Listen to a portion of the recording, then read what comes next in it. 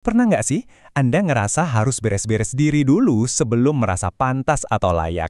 Nah, hari ini kita akan bongkar sebuah pemikiran yang menantang itu semua. Sebuah undangan yang kelihatannya sederhana, tapi dalamnya luar biasa untuk datang apa adanya. Yuk kita bedah bareng-bareng. Apa adanya aku datang. Coba, resapi sebentar deh. Cuma 4 kata ya kan? Tapi, wah, kuat banget maknanya. Ini diambil dari sebuah lagu pujian lama, karya Charlotte Elliott. Dan ini tuh bukan cuma lirik lagu biasa loh. Ini sebuah pengakuan, kayak jeritan hati kita pas udah capek banget berpura-pura. Nah, inilah jantung dari undangan yang mau kita gali lebih dalam. Tapi kalau kita jujur-jujuran, ya emang beneran bisa ya. Datang gitu aja, tanpa syarat apapun, tanpa ada perasaan, aduh saya harus jadi lebih baik dulu nih. Keraguan ini kan wajar banget, banyak banget orang yang ngerasain. Dan uniknya, justru dari pergumulan inilah lagu yang indah tadi lahir. Jadi pertanyaannya tetap sama, apa iya penerimaan tanpa syarat ini beneran nyata? Oke, mari kita masuk ke fondasi utamanya, diterima tanpa syarat. Konsep ini jujur aja, radikal banget.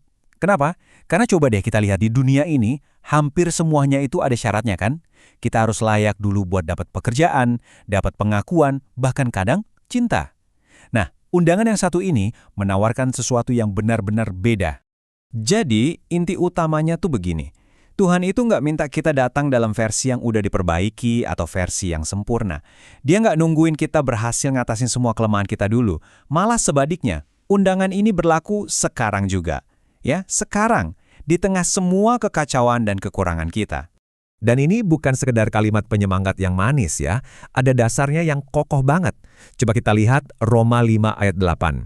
Di situ dibilang, kasih terbesar Tuhan itu ditunjukin bukan pas kita udah jadi baik, tapi justru ketika kita masih berdosa. Artinya apa? Artinya pengorbanannya itu nggak nunggu kita beres-beres dulu, kasihnya itu datang duluan.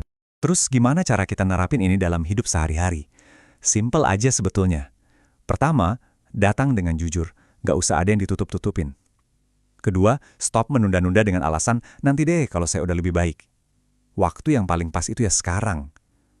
Dan yang terakhir, ini nih yang mungkin paling susah. Terima aja anugerah ini. Anggap sebagai hadiah, bukan sesuatu yang harus kita bayar atau usahakan. Nah, pertanyaannya sekarang, apakah ceritanya berhenti sampai di diterima aja? Tentu enggak. Ini yang membawa kita ke bagian kedua yang, wow, luar biasa. Yaitu kasih yang mengubah. Karena diterima apa adanya itu baru gerbang awalnya, bukan tujuan akhirnya. Ini dia nih, paradoks yang indah banget dari anugerah Tuhan. Di satu sisi, dia menerima kita persis seperti kondisi kita sekarang, tanpa syarat. Tapi di sisi lain, kasihnya itu terlalu besar buat ngebiarin kita gitu-gitu aja. Jadi, penerimaannya itu bukan tiket buat kita santai dan gak berubah ya. Justru itu jadi kekuatan pendorong kita untuk bertumbuh. Hal ini dijelasin banget di 2 Korintus yang bunyinya, siapa yang ada di dalam Kristus, ia adalah ciptaan baru. Coba deh kita perhatiin pilihan katanya. Bukan versi yang lebih baik atau versi yang udah direnovasi, tapi ciptaan baru. Ini ngomongin soal transformasi total, dari dalam sampai keluar. Ini kan jadi bikin kita mikir ya, terus gimana caranya proses ini bisa terjadi? Jawabannya ada di bagian kita yang ketiga.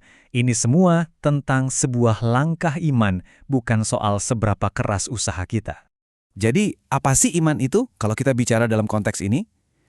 Gampangnya gini, iman itu artinya kita melepaskan kendali. Kita berhenti berusaha keras membayar atau mendapatkan penerimaan Tuhan lewat perbuatan baik kita. Kita percaya kalau apa yang Kristus udah lakukan itu cukup. Ini soal bersandar, bukan berjuang mati-matian. Kitab Efesus itu ngejelasin ini dengan, wah, gamblang banget. Di situ dibilang, kita diselamatkan karena kasih karunia lewat iman. Terus ayatnya negasin lagi nih, itu bukan hasil usahamu. Kenapa? Karena ini murni pemberian Allah. Bener-bener hadiah gratis yang tinggal kita terima aja. Oke, undangan ini kedengarannya luar biasa banget ya. Tapi, mungkin ada suara kecil di kepala Anda yang nanya, iya tapi, apa ini berlaku juga buat saya? Nah, pertanyaan itu membawa kita ke bagian keempat yang penting banget. Undangan ini untuk semua. Ini nih, pasan yang benar-benar penuh harapan. Nggak ada seorang pun yang dianggap terlalu jauh atau terlalu rusak. Nggak ada kesalahan di masa lalu, rasa malu, atau kegagalan segede apapun yang bisa bikin Anda di luar jangkauan kasih Tuhan. Serius, undangan ini nggak punya daftar pengecualian. Nabi Yesaya ngasih gambaran yang indah banget soal ini. Dosa yang rasanya udah nempel permanen, noda rasa bersalah yang warnanya merah seperti kirmizi, itu warna yang susah banget hilang loh zaman dulu, bisa diubah jadi putih seperti salju. Jadi ini bukan soal nutup-nutupin noda ya, tapi tentang pemulihan total, dibuat bersih lagi dari awal. Jadi intinya apa? Intinya adalah ini, pintu kasih Tuhan itu selalu terbuka. Nggak ada jam tutupnya, nggak ada syarat masuk yang disembunyiin di tulisan kecil. Pintu itu kebuka buat siapa aja, kapan aja, termasuk untuk Anda ya, sekarang ini juga. Nah, sekarang kita balik lagi ke awal cerita kita, ke Charlotte Elliott, si penulis lagu tadi, dan gimana semua ini jadi sebuah respon hati yang sangat-sangat personal buat dia. Di tengah-tengah pergumulannya karena ngerasa nggak layak, Charlotte ini nemuin satu kebenaran yang benar-benar ngebebasin dia. Ternyata, penerimaan Tuhan itu nggak didasarin sama kelayakan kita, tapi 100% karena kasihnya dia. Fokusnya langsung geser dari yang tadinya, apa aku cukup baik, jadi, wow, betapa baiknya Tuhan. Jadi, gimana cara kita merespons undangan ini? Ini bukan formula yang ribet kok. Langkah pertama, datang aja apa adanya. Kedua, buka hati Anda untuk nerima anugerah ini sebagai hadiah. Ketiga, pindahin kepercayaan Anda dari yang tadinya ngandelin usaha sendiri, jadi percaya sama karya Kristus. Dan yang terakhir, izinkan Dia untuk memulai proses perubahan di dalam hidup Anda. Pada akhirnya, semua penjelasan panjang ini mengerucut ke satu respon hati yang tulus.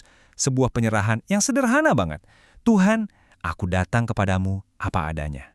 Undangan ini sekarang ada di hadapan Anda. Pintu itu sedang terbuka lebar. Pertanyaannya, apa jawaban Anda? Mari kita ambil waktu sejenak untuk berdoa bersama. Tuhan Yesus, terima kasih karena Engkau mau menerima kami apa adanya. Kami datang kepadamu dengan semua kelemahan dan kekurangan kami. Ubahlah hidup kami ya Tuhan, dan jadikan kami ciptaan yang baru di dalam Engkau. Dalam nama Tuhan Yesus kami berdoa. Amin.